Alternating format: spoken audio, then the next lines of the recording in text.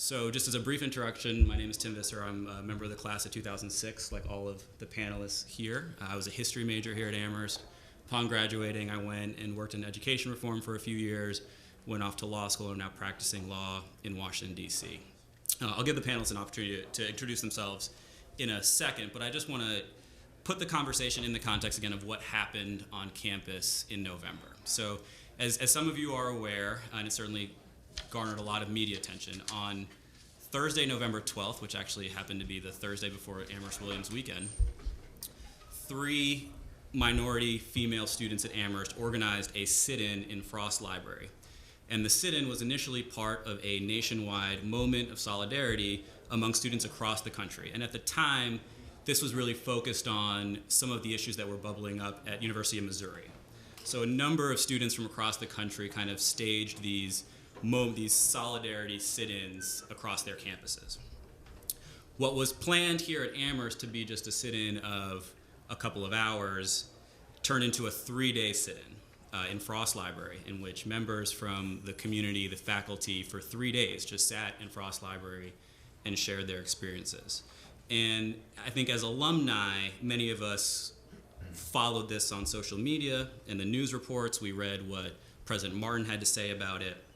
And the entire time that was going on, there just were students and faculties sitting there sharing stories in the library. And I think that's something that was very hard to capture in the reporting of the uprising. So approximately 6 hours into this 3-day sit-in, a group of student representatives from over 50 groups, clubs, and other student organizations broke off from the broader conversation at Frost Library. And they went upstairs to Frost Library and they started creating a list of demands. And that group is what kind of became known as Amherst Uprising. So I think as a starting point, it's important to maybe detach this very organic conversation that was going on for 3 days and the group that broke off and created the uprising and the list of demands that maybe garnered more press attention than just the conversation that was happening. And in preparation for today's panel, I was able to speak to one of the students who was associated with both the sit-in and the uprising. And something, the conversation was incredibly eye-opening for me. I think it tested a lot of the assumptions I had just as an alumni reading about what happened on campus. For example, the student did not want his name to be shared today. He wasn't looking for attention. He just wanted to share the student experiences and actually specifically asked that I not mention who he was. And just over the course of the conversation, I'll say frankly that it made me incredibly proud to be an Amherst alumni and how he was reflecting on what occurred, why it started, where it should go, just as a 20-year-old student. And that's the conversation I want to continue today. I want to touch on some of the points that he raised that really challenged my thinking and really have an organic conversation where our panelists will talk about their experiences, but I really also welcome everyone in the audience to jump in if you think you have something of note or value to share on a particular topic. So with that said, I'm going to have the panelists introduce themselves. Go ahead, Mike. Hi, everybody. I'm Mike Simmons. I was in the class of 2006. I am from Chicago. I lived in D.C., worked on Capitol Hill for 3 years in the Senate, and then went to Chicago and worked in City Hall. As Ronald Williams policy director for 2.5 years, and I'm now in the Department of Planning as an urban planner, but will be leaving and moving into the startup sector really soon. So that's where I am right now in my career. Hi, I'm Ava Jones, class of 2006. I was a French and European Studies double major here at Amherst from Washington, D.C., and currently back in D.C. Working for Ernst & Young in their corporate governance department. Good afternoon, everyone. My name is Altaf Rahmatullah. I was born in New York, grew up in New Jersey, and I studied political science and Spanish here at Amherst. Most of my career I've been focused on public policy and legislative advocacy, primarily around criminal justice issues. And for the past 3.5 years, I've been in philanthropy with the Ford Foundation. It's good to be with you. Morning, everyone. Class of '06 as well, Brian Wu. I grew up in New York City, came here, studied economics and psychology, graduated, spent 2 years working for basically, Wall Street. Was working at a mortgage REIT for 2 years, and then left to go work in Korea for 2 years at an investment bank, and then came back to New York about 5 years ago, and am working in real estate development. Excellent. So, my first question, I'm going to actually, as I mentioned, base these questions off of kind of loose paraphrasing quotes of the student I was able to speak to who was involved in the uprising and the sit-in. And one of the things that he said is that no one was expecting anything like this to happen at Amherst. No one thought that the sit-in would create this movement. He said it just started as a moment of solidarity with other students nationwide. But as soon as people began speaking, it became a major moment of catharsis for the student body.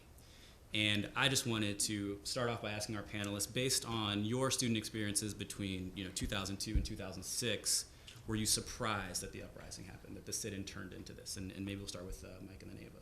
Yeah, so I don't think I was surprised, just given kind of the larger context of what's been happening across America.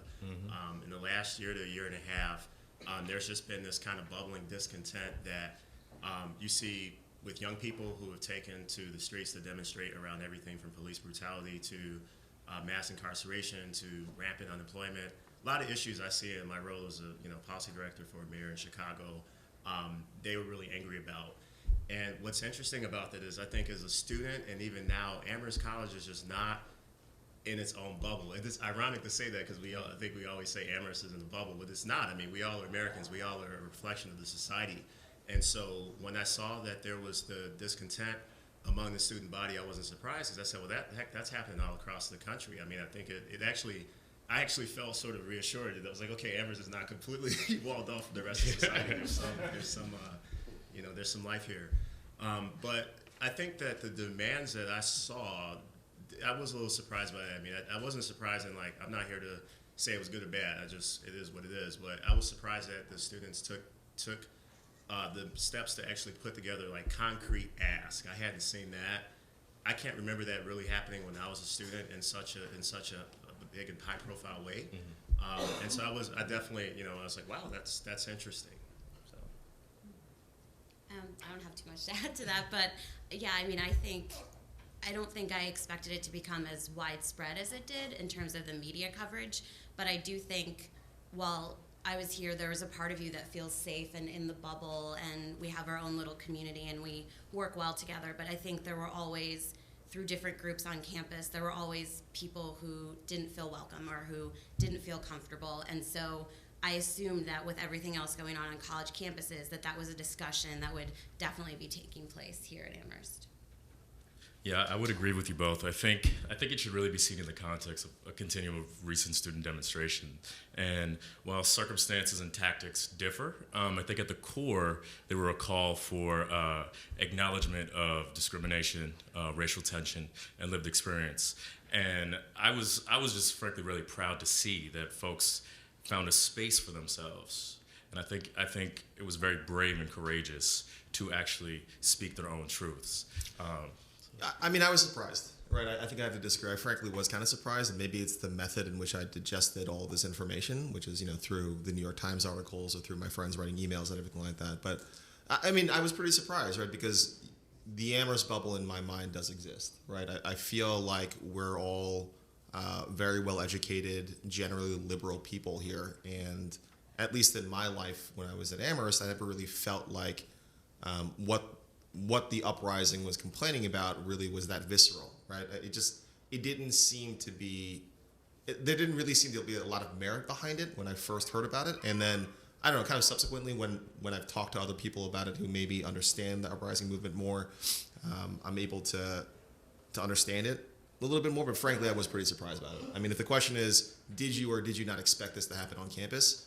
I would have, prior to the uprising happen, assumed that it would never have happened on Amherst College campus. And it sounds, so again, just to kind of keep these two things distinct, it sounds like just across the panel, even with what you said, Brian, to tease out, were you surprised about the initial conversation as opposed to the uprising? I mean, it sounds like you were all in some way or another surprised by the actual kind of uprising in the sense that a group of students pulled off and listed these demands and demanded it from the administration. But what about the preliminary conversation that led to that?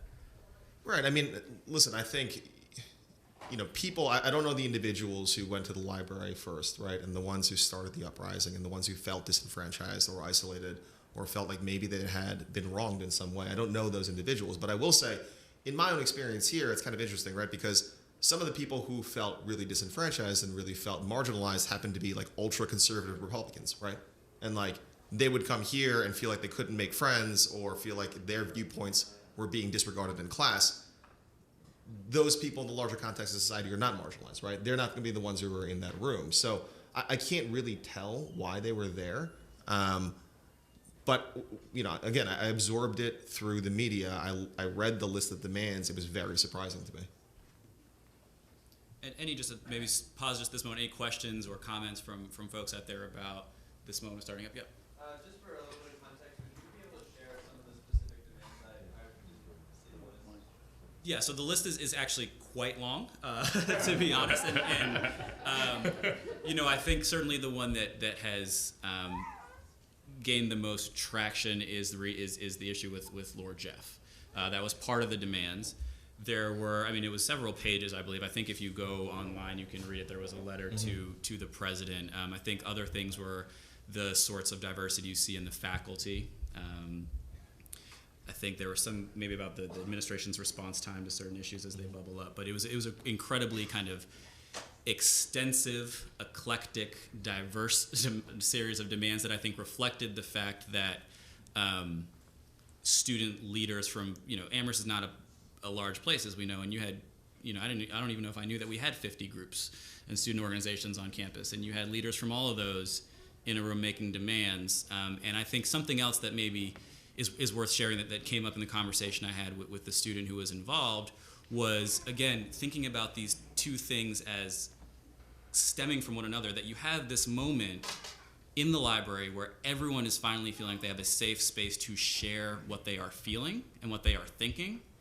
And then how do you take that and create a list of demands while telling people in that room your demand is not worthy and yours is?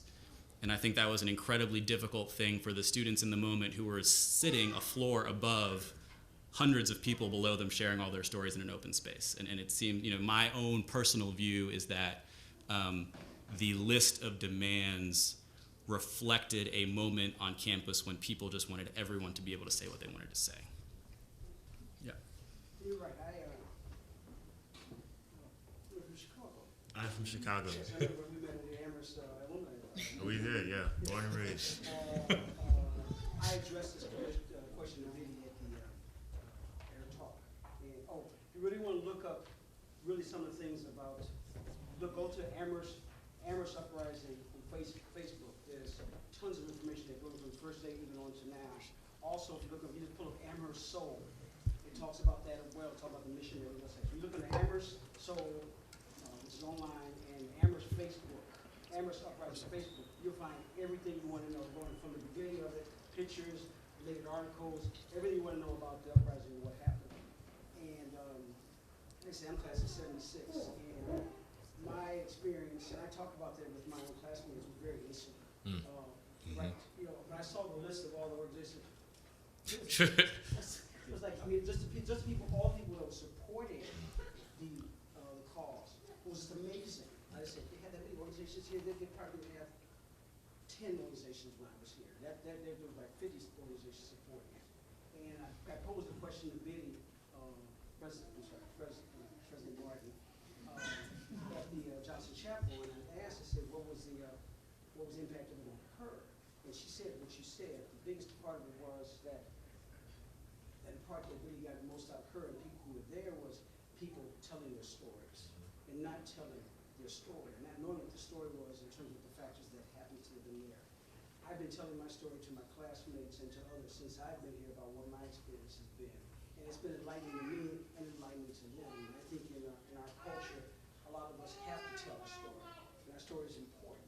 And it all has purpose. And until people hear our stories and hear some of the stuff that we've been through, not just us, but others of people, everything from sexuality, gender, race, ethnicity, any of those things. Until people hear that story, a lot of people hear, we thought it was a utopia when I got here, coming from the south side of Chicago. Our group was very insular. I was pre-med, so I spent most of my time at Merrill. Most of the time I spent sitting with groups of blacks at Valentine. I spent 3 years living in Drew House. Drew House and that was then an all-black dormitory, which came as a result of the uprisings in the 60s, or late 60s and 70s, that brought about black studies here, the black octagon, the Octagon, which was the Black Studies Center.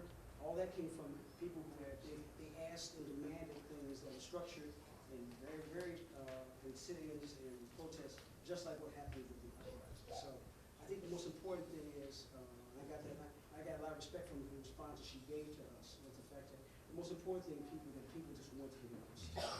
And like I said, I rekindled a lot about my experience of being in Amherst just by coming back, because I put aside and put away a lot of things from my experience here, because after my 10th year, I didn't come back here for just 25 years.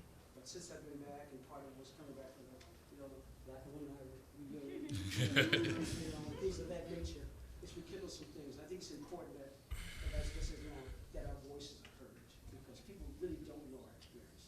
And it's important that we tell it, and people hear it, and people share with us, with each other, what their experiences have, because it's not, so much is about race, when it shouldn't be about race at all, but it is. And it's sad but true, and it hasn't changed in 40 years. It's really, to some degree, but it hasn't changed a whole lot since the 40 years.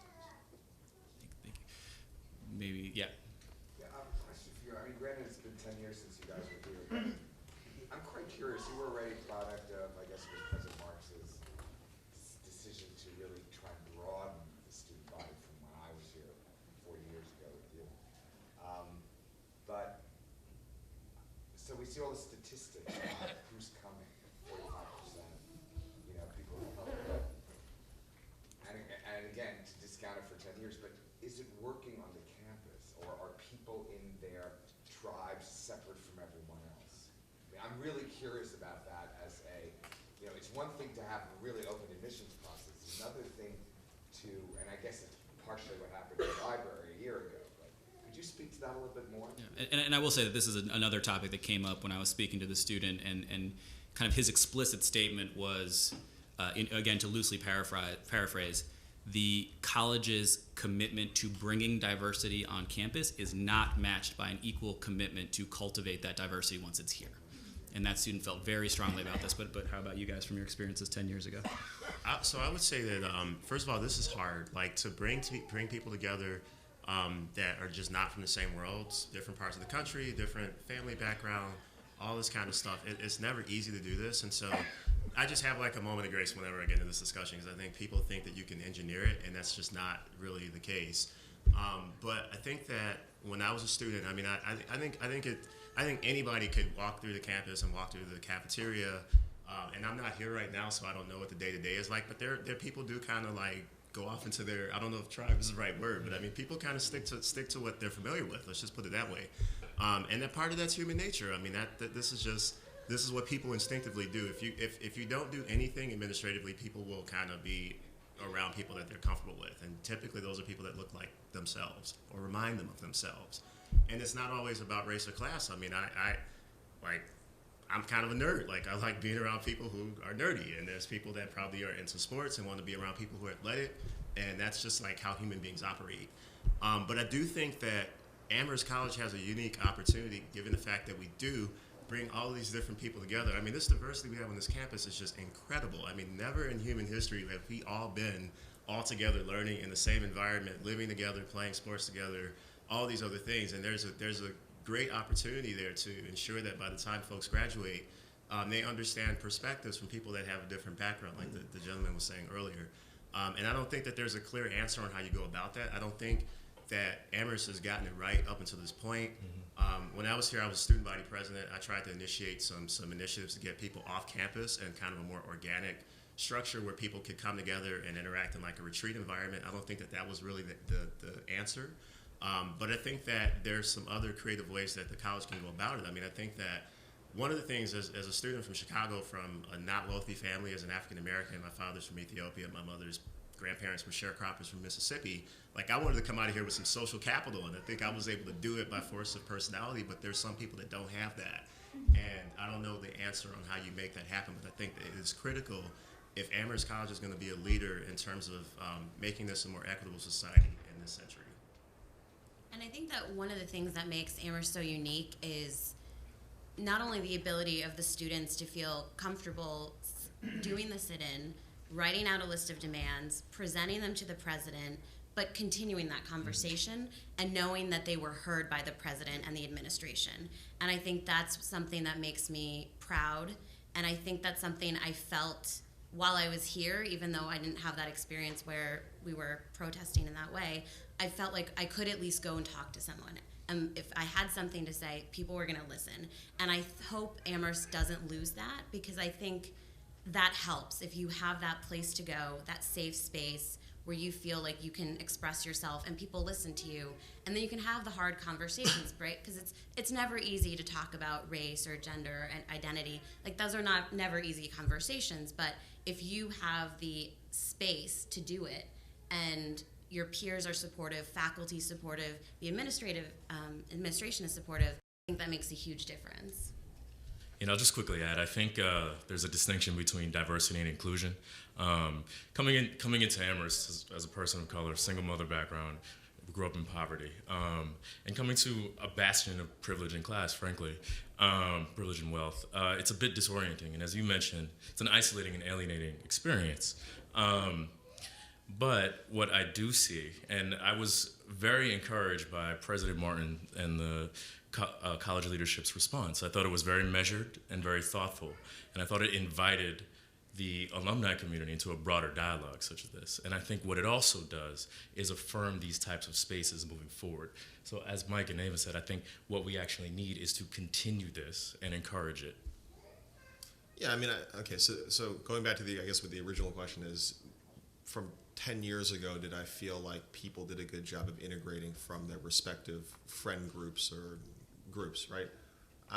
My own personal experience was, I thought yes. I thought people did a pretty good job of integrating. I was in New York, so let me tell you a little bit about my background, and maybe that'll help out too. So I grew up in New York City. I'm the son of immigrants. My parents both immigrated from Korea to South America, and then were both in the United States sometime in their late teens, early 20s. I grew up as the only Asian or Korean kid in my high school, originally from kindergarten to 8th grade. And then in high school, right, our class grew from 60 to 120 people. It became more integrated. I never really felt racism to be particularly acute as I was growing up. And then when I came here, my own experience was, it was good. It was actually pretty great. I felt pretty integrated. I felt like a lot of people gave you the benefit of the doubt when you were talking to them. But like Mike is saying, I mean, the trick is, how do you defy human nature?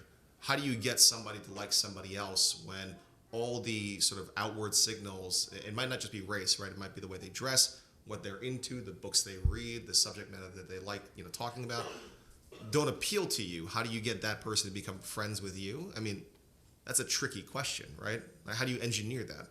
Do you create more programs? Do you go on outings? Do you say everybody has to sit in a library for 3 days and talk about themselves? What is the best way to do that? I certainly don't have the answer. I thought Amherst, for all its perceived flaws, did a wonderful job of trying to really take a bunch of people who were pretty different, from a lot of different backgrounds, from a lot of different places in the world, and integrate them into a society that was, that really respected opinion, that was very high functioning and highly intelligent. I thought it did a pretty damn good job. That's my opinion. Yeah, no, I'll break my rules as asking questions and just say one anecdote from when I arrived at Amherst to this point that has always stood with me. I had, I'm a biracial male. I'd grown up in incredibly diverse areas. I went to a very diverse public high school in New York, and then went to a very diverse public high school outside of Washington, D.C. growing up, and then came to Amherst. And as long as I live, I will never forget my first day on campus as a freshman. And my whole life up to that point, I'd been a biracial guy in very diverse settings. And I remember standing in Valentine, and a black student came up to me and said, are you coming to the meeting tonight? And he was talking about the Black Student Association. And I was like, oh, I'm a biracial. And he looked at me and said, well, here you're black. And, that might be that one individual's framework, but, that was day one on campus, and that was kind of how it was presented to me, and that just, take it for however you will. But I saw there was a question here. Me? Yeah. Wow. 10 years, 40 years back. My name is Les Purificacion, class of 76, with Deuce, Tom Gonzalez. We were the founders of La Causa, you might have heard. I'll just tell you a little funny story about that. A few years. They've had annual or biannual get-togethers, and I never received an invitation. And Ed Camacho, a guy who graduated a couple years after us, calls me up and says, you know, there's a La Causa event, and I told the president, they should invite you and Tom, the founders, because they're still living.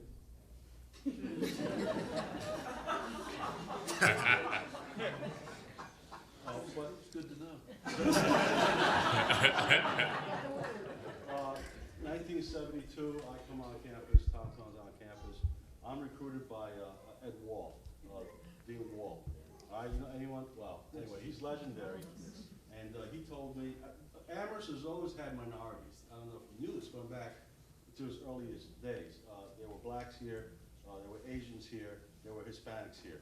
They just happened to come from the upper echelons of, you know, either Spain or the Deep South, from rich families, or from South America.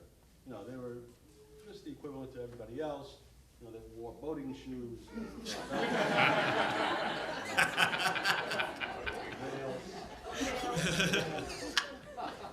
I didn't wear that stuff. But, Dean Wall said this. He said, Les, you're here to get an education and to educate us.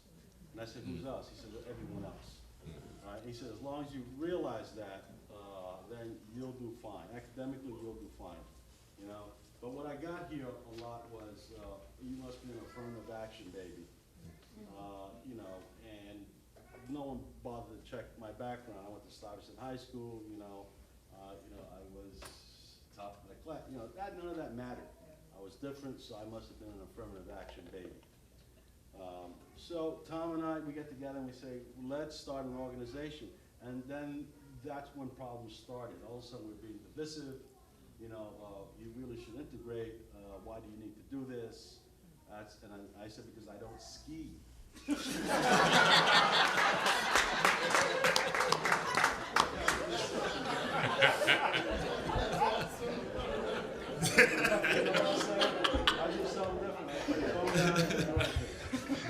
But my point is this, you know, the reason you have affinity groups not necessarily is to separate yourself, but that creates a tension, but it is to feel more comfortable.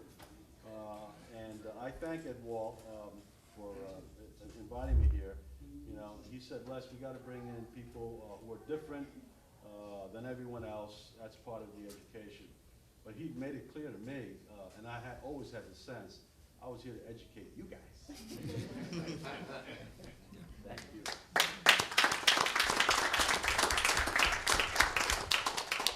I'm from New York too, by the way. Love it. Raised in Chinatown. I have a lot of friends from Stuyvesant. Yeah. Not my friends.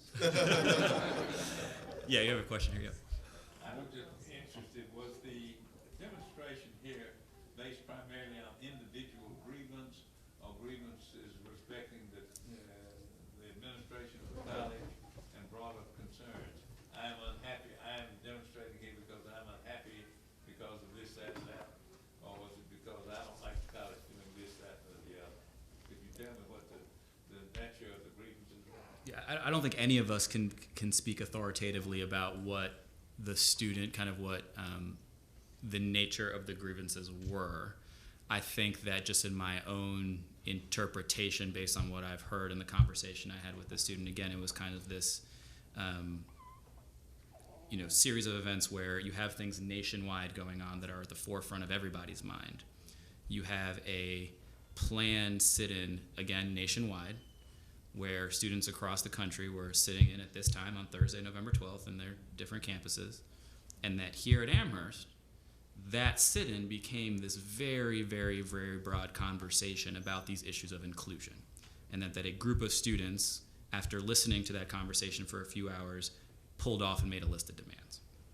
So I think read into that maybe what you can or what you will about the nature of the grievances, but I don't know if there's... I don't know. I guess what I'm really unclear about in the whole uprising, and this is a question that I had from day one, was were these grievances that occurred during their tenure at Amherst, or were they just things that they felt about being the individuals that they were in life? I couldn't speak to that. I don't know. Things that happen here. It's a combination of everything. But this is specifically related to activities that happen here. A lot of it happened with some Black Lives Matter protests that they had, that derogatory things were put across there which I heard about. Yeah. No, I did hear about that. And maybe this a slight pivot, but I think related to some of the questions that are being asked about the nature of the demands that came out of the uprising. One of the very, very, very interesting points that this student made that really got me to think was some of the tensions inherent in student-led movements on places of college campuses where you kind of have the intellectual discourse, right? So a lot has been written about, there's been tons of ink spilled on this, tension between inclusion and freedom of speech. But the tension that this student really wanted to focus on, and what I'd love to get our panelists' thoughts on, is he spoke about the list of demands. He said, upon reflection, they were probably too idealistic, that many mistakes were made, but then he said, we're not professional organizers. We're not professional activists. We're on a campus where we're simultaneously trying to be a part of a movement and in many ways becoming leaders of a movement while we're also in a place where we're supposed to be learning and developing skills. And the student said that upon reflection, the kind of weeks surrounding the sit-in and the uprising were one of the most poignant moments of his own personal and academic growth at the college. And that if he had to do it over again, he thinks that people who had to do it over again, the demands would have been tremendously different. So I'd like to get our panel's thoughts on, in your experience, that kind of tension between, student-led activism and being in an academic, educational environment where you're supposed to be developing. I would say to in response to all that first of all, like in the very kind of like 20,000 feet above Earth level, I feel like people should be able to do whatever they want. That means the person who's disaffected in the corporate boardroom and has a serious problem with the way the CEO is going about everything from managing stocks to hiring black people. A student who's 19 years old at Amherst College who feels deeply fed up about his experiences as an X, Y, or Z person and decides to initiate a list of demands, I would never sit there on some high chair and say, well, you really should rethink the way you, I think this is part of the learning process, and what more appropriate place than Amherst College for somebody to develop that part of who they are. So I really don't, I don't weigh in on one side or the other on this. I look at it from process angle and say, first of all, in a democracy. Secondly, in a place as elite and esteemed and as vaulted as Amherst College, people should have the opportunity to speak up and say whatever they want and use whatever means that they want to do it, provided it is nonviolent and respectful to the community around them. In terms of whether the demands themselves are actually well written or whatever else is, for me, besides the point. I mean, that's part of the learning process. You write a paper, you get a C on it. You go to the writing center, they tell you this is how you write a better paper, and by the end of the semester, you're a great writer. And it doesn't end up on the New York Times. And it doesn't, and it's, and it's somehow not nearly as salacious as somebody deciding to exercise some political consciousness. And so that's just one guy's opinion. Other thoughts on this issue? Yeah, okay, so my personal opinion about it is I think that students should have a tremendous amount of latitude to make mistakes while they're here. And speaking from my own personal experience, if I got called out for all the crap that I did, I definitely would not be here, right? I mean, like, you should be allowed to make mistakes when you're a kid. That's that's a given, right? Now, that all being said, I think there is a tipping point. Like, when you start putting yourself out there in a very meaningful way, when you start making a list of the demand to the president of your school, or I forget who else they address the demands, but if you start doing that, then there are real life repercussions, right? Like, in some ways, in an ideal world, I, Brian Wu, should not have to digest through the New York Times your demands. Like, that, you should be free to make those demands in isolation, and you should be free to express yourself. But at the end of the day, you're going to do that, and if you're going to elevate it and you're going to put it on a stage and on a forum where I am going to read about it, then I'm going to judge you for it. And fair or not, that's the reality of the world, right? So it's interesting. I believe on the one hand, yeah, kids should be allowed to make mistakes. That's a given.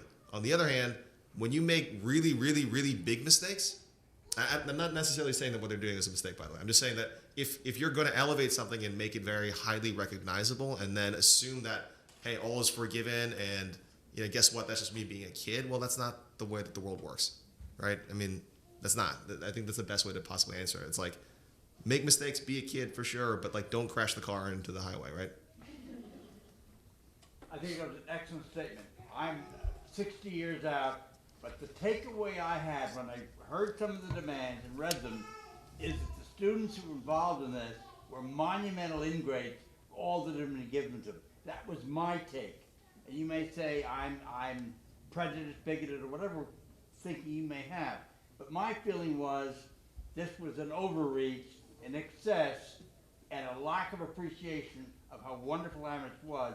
And some of these demands I thought were unattainable, undesirable, and clearly were not going to work to the college's advantage. So on the end of that speech is, I think there is a lot of blowback that the students here don't appreciate that occurred in the nation as a large that read about this, and also amongst the alumni of the college.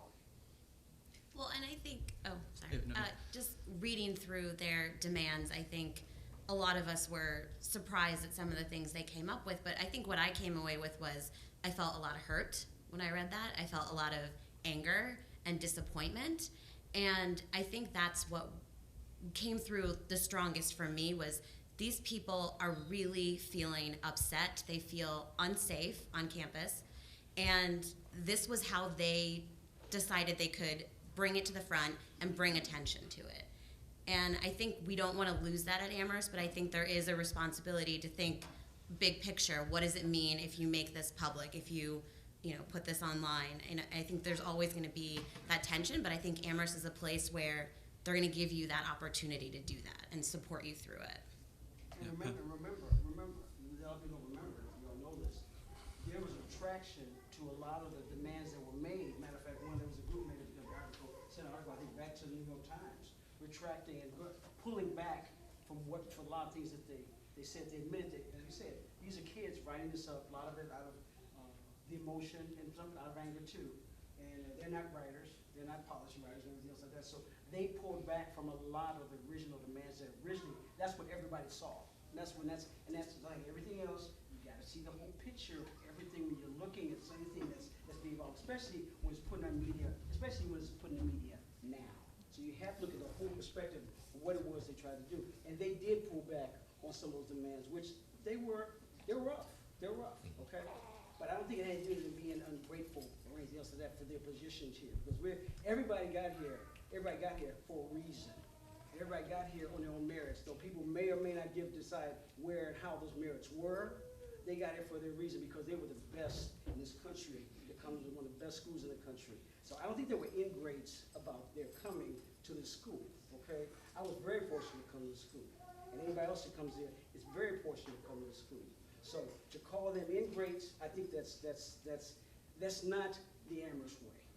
I don't think that's the Amherst way. Pam, go ahead. Like what's interesting, because I think I had a different reaction, because if you don't, to me it showed that these students really care about Amherst, right? If you don't care about Amherst, you get your 4 years, you get your degree, and you check out, and you don't try to make the place better. And so because there was such an overwhelming commitment by so many students about how to improve the lives of their fellow students, to me it really showed that all the current students care a lot about this place. And so that was really exciting to me because it showed that they were engaging with the school and how can we make it an even better place, because with anything it can always get better. Right, but that, by definition, right, the fact that you interpret it that way, somebody else interprets it another way, and then another person has a different opinion about it, it's just because the whole thing got distilled down to like 11 points, right? And then you just read about it in the news and you said, okay, well, how are you going to interpret that? You're a human being too, right? You're going to either say, I loved Amherst. I thought that they did a great job of assimilating all the kids. How can this child think like this, right? That's one way to look at it. And the other way to look at it is, God, these kids are really smart, right? You got to give them the due process. You got to really understand where they're coming from. They clearly care a lot about the institution.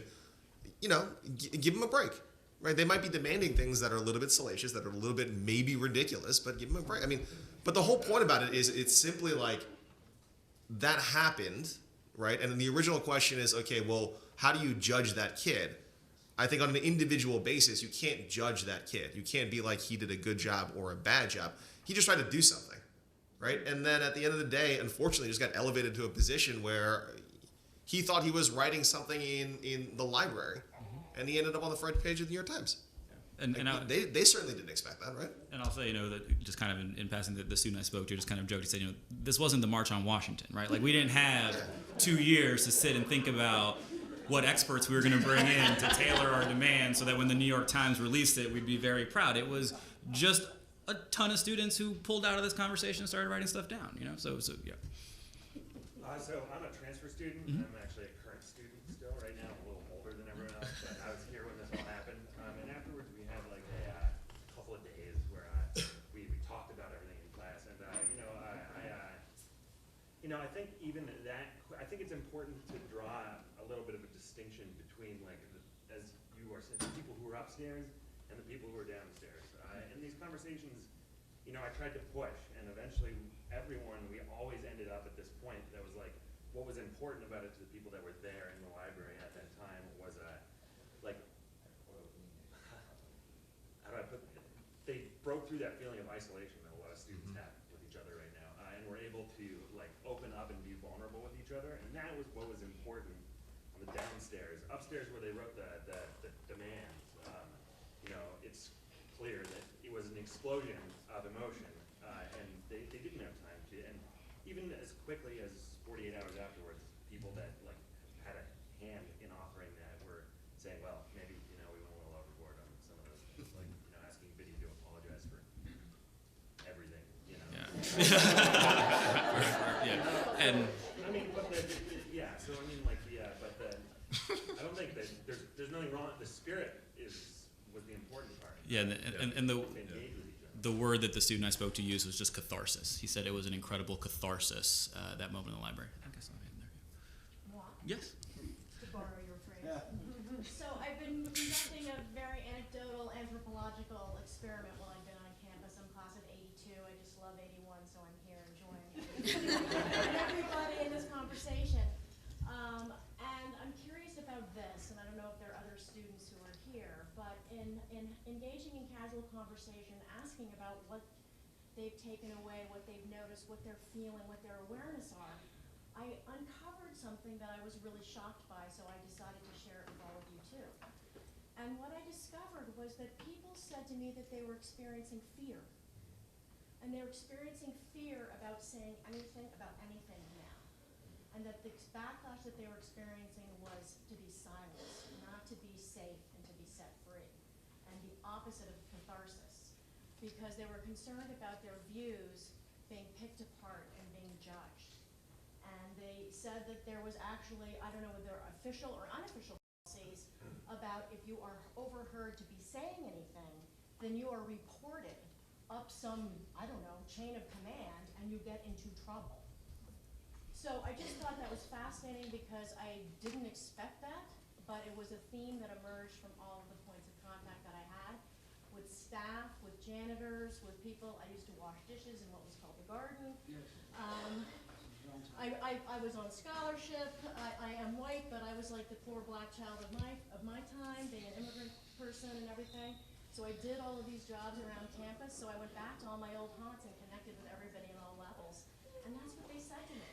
So I was just really, really surprised, and I'm curious to know if anybody's had that kind of experience. Yeah, as well. you want. So I'm a first semester senior here at Amherst, and I was also here during the uprising. And even so, I spent a lot of time between upstairs and downstairs because I was tapped on the shoulder to go upstairs and make the list of demands. As someone who participated in what was the uprising and also larger conversations downstairs, I quickly realized that there were even like divisions within the movement itself. Like, I did not agree with the uprising, even I'm a woman of color. I grew up in Brooklyn, New York, immigrant family. Like, I didn't really agree with a lot that was going on because I think at some point the movement was co-opted by the administration, and I felt like even within the movement, I was ostracized because of my political views and the way that I think the movement went about in terms of tactic. So I think, like to add on to what you were saying, I think it's important for us to realize that even within this movement, like there were deep divisions, not only like socially but also politically. And my wish is that this movement would have been more political, and pay a little more homage to the political movements that occurred, like not only on this campus but also like nationwide, like before that movement.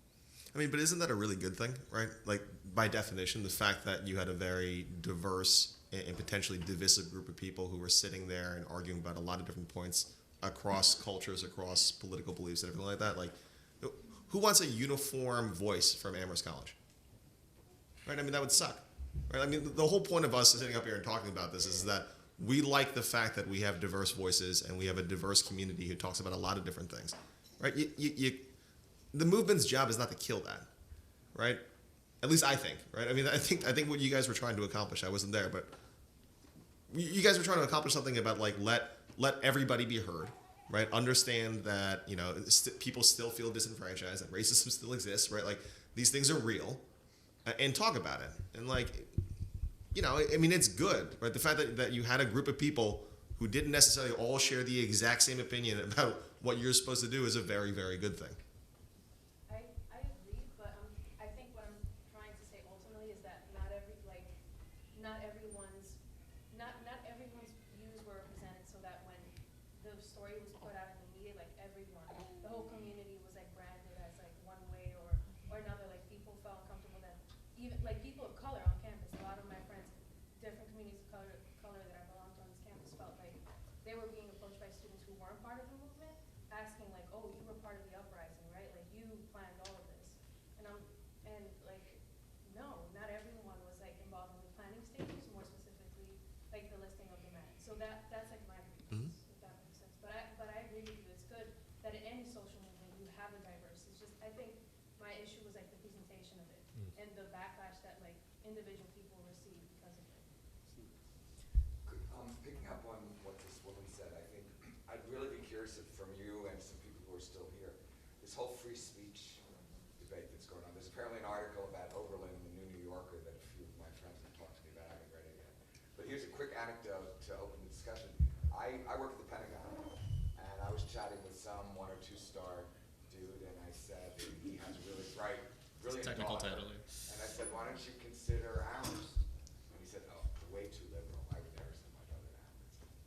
And I was actually quite shocked because it's literally the first time in my life. I always thought, we paint Amherst as one of the greatest schools of the United States. But this guy, a colleague of mine at the Pentagon, said, won't consider it, it's way too liberal. So, and you made a reference before about conservative people. I mean, where do you guys see that whole free speech debate? do people honestly dispute that idea? Are there honestly people in this room who feel like Amherst is not an incredibly liberal college? Really? Yeah. I mean, I think that it's an incredibly liberal college, right? And like, come on. Honestly, like, I mean, And there's some disagreement. Not in the grand tradition of at least the way that I digested it, and at least my experience and everything like that, I would say that when I was here and the way all my friends talked, this is anecdotal too, right? But like the way that people talk about Amherst in general, I mean, it's not a coincidence that somebody thinks outwardly that Amherst is a super liberal institution. It's not, but in your evaluation of it being in the tradition of Antioch and Oberlin and Middlebury in its heyday, or even Berkeley in its time, Amherst does not fit that mold whatsoever at all. Doesn't even come close. It's if you work in the Pentagon, then shit, yeah.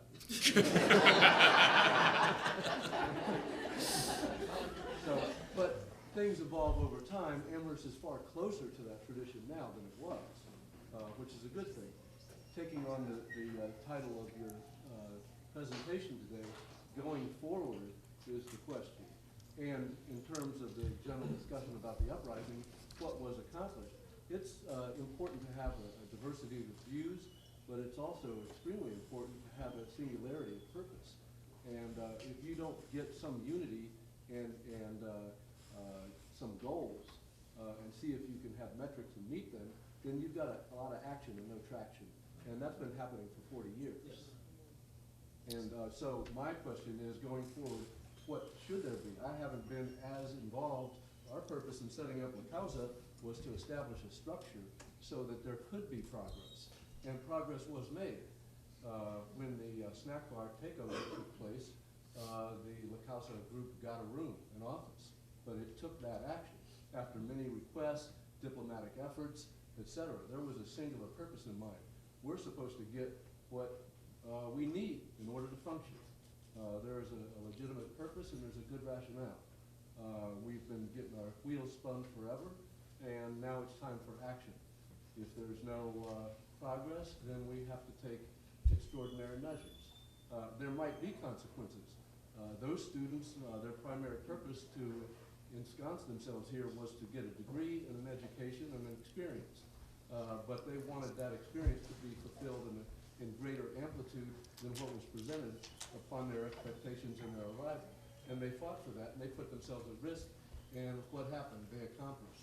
And those who benefit are those such as yourselves who came after. Otherwise, you wouldn't even have this presentation here today.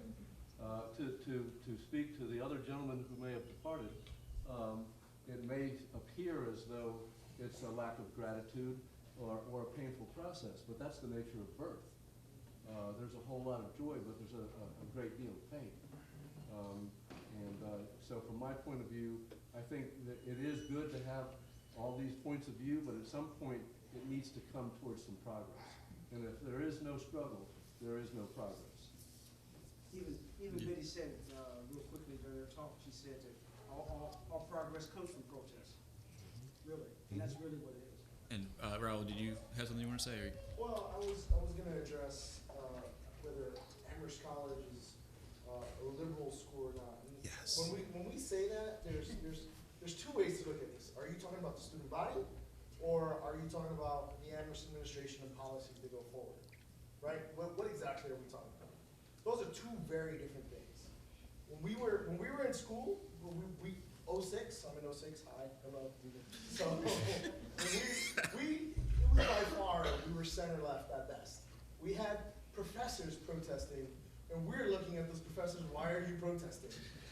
What is going on? That's not particularly super liberal. That's the student body just walking around like, okay, this is cool, you know, like I'm gonna keep going around. My life is fine, and you keep going. Status quo, center left, keep moving. That's not particularly liberal. I mean, the student body itself is like, you know, wide range of experiences that everyone's explaining here. But we should be, you know, when we talk about Amherst as an institution, there's a very different view of like, oh, is the administration doing very liberal things for the students, or are the students, you know, like in Berkeley or in those other places, there's these huge movements of people pushing. This is probably, you know, I was surprised to like see all of this happen. It was kind of awesome, but it's a huge divergence from when we were here. Yeah. Let me straighten my question. It's not whether the school's liberal or not, but there are discussions in this country still going on that are valid discussions about abortion, about gay rights, about gay marriage. And if you're a conservative student here, do you feel absolutely free to discuss that? Or are those issues closed at Amherst College? I mean, I'm not conservative, so I can't speak for that position. I can only speak for the conversations I would have with friends who were conservative. And the answer to that is no. Right? You would not speak about your views, right, on abortion, on gay rights, and anything like that. You certainly wouldn't now. Like, when we get together during our Amherst alumni reunions and stuff like that, you don't have someone standing up and be like, I don't believe in gay rights. I couldn't imagine that. But don't you also feel like we're 10 years out of date? Like, we don't know what the I have no idea. on campus are right now. But I mean, again, this is we're old. This is my own personal. this is my own personal opinion. Like I feel like it's a super liberal college. I feel like a lot of my friends are very, very liberal. I feel like the people who take conservative viewpoints and try to voice them here were not well received. I would agree with that too. I think here's my take. If you took a straw poll of all the students here and you picked like 5 really stereotypical partisan ideological Democrat Republican surveys, you probably would get an overwhelming amount of responses that would look like the Democratic Party or would look like whatever a liberal is supposed to be. I would also say though that as a student here, I was really dismayed that I had conservative friends here that did feel like they couldn't speak up, that perhaps didn't support gay rights or didn't support abortion rights and all these other things, and they felt like they couldn't speak up because a community would judge them. And that's kind of my big, if I have a chip on my shoulder, it's that people come in this place feeling like they can't speak or do anything because everybody's going to judge them. I think that is really bad for anyone's intellectual development to have an environment like that. I took courses with Hadley Arkes. I remember once a friend of mine said, "You actually take a course with that conservative man? Like, aren't you pretty progressive? Why would you want to take a course with him? You guys don't agree on anything." I was like, "That's not the point. Like, I think this guy may actually teach me a different way of thinking about the issues," and that really is the whole thing that I'm trying to get out of this whole process, not to sit in his course for 6 months and come out and say, "Oh, I feel totally validated now that he agrees with everything I believe," or "I feel completely invalidated because he completely disagrees." That's just not, I don't think that's how one learns.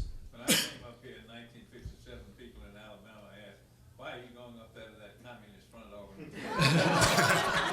Exactly.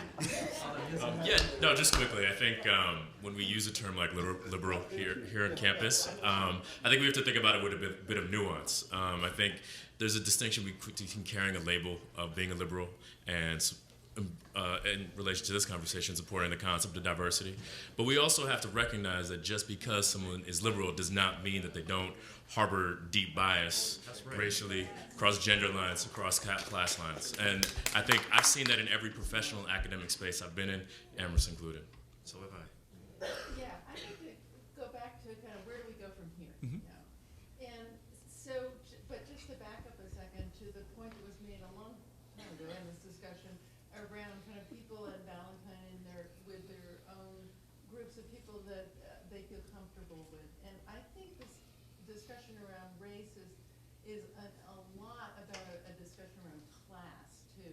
And I think that's what happens in Valentine when you see people who are sitting at meals with people on their sports team because they play squash and they went to high schools where you could play squash.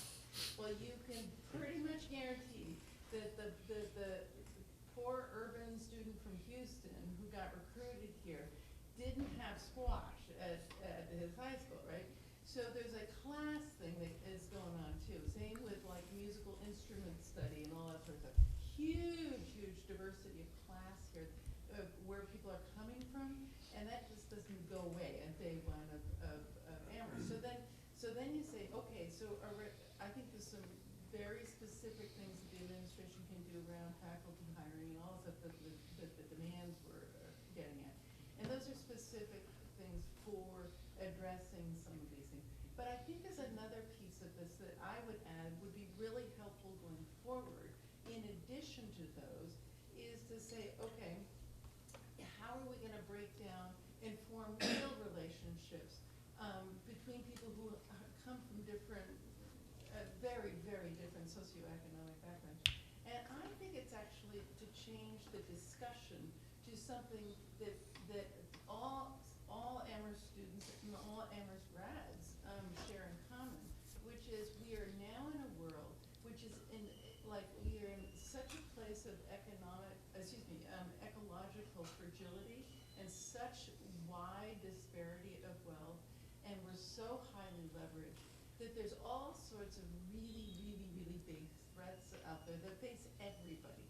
And when I was class of '81, when I was here, the big thing was apartheid in South Africa, and we were all out there taking over Converse, the whole line here. And it really united, I think, people. Well, right now, what do we face here? We face a world that has to get off of fossil fuels. We have to address all of these big issues that no one institution can do alone. But, I would love to see current students of all socioeconomic and racial backgrounds come together around saying, okay, Amherst, UMass just divested from fossil fuel. Come on, Amherst College, let's get going, So things that unite everybody that are not just about our own identity of where we came and where, but to do that work structurally, but also to have another focus for other issues beyond race and class that are really about the survival of this planet. So we're actually, I really appreciate all the participation. I think particularly for the current students, to be able to sit in this room of alumni and speak up, I'm very thankful of that. We actually are out of time. I would encourage people to continue this conversation. It doesn't have to be when you come back every 5 years to campus. It doesn't have to be just when there's an article in the New York Times. And I think to close, I wanted to read a couple of excerpts from the letter that the Board of Trustees wrote when they made the decision about the mascot. And I just want to read a couple of excerpts here, if you'll be patient with me, that I think touch on certainly the things that you were saying and some themes that have come up.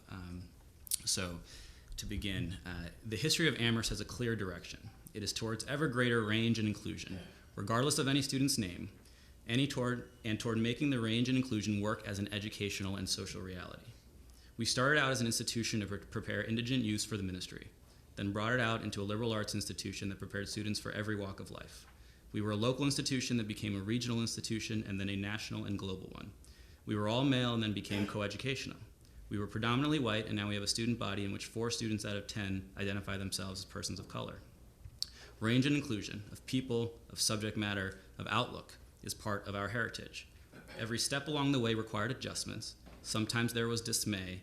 Success always took time.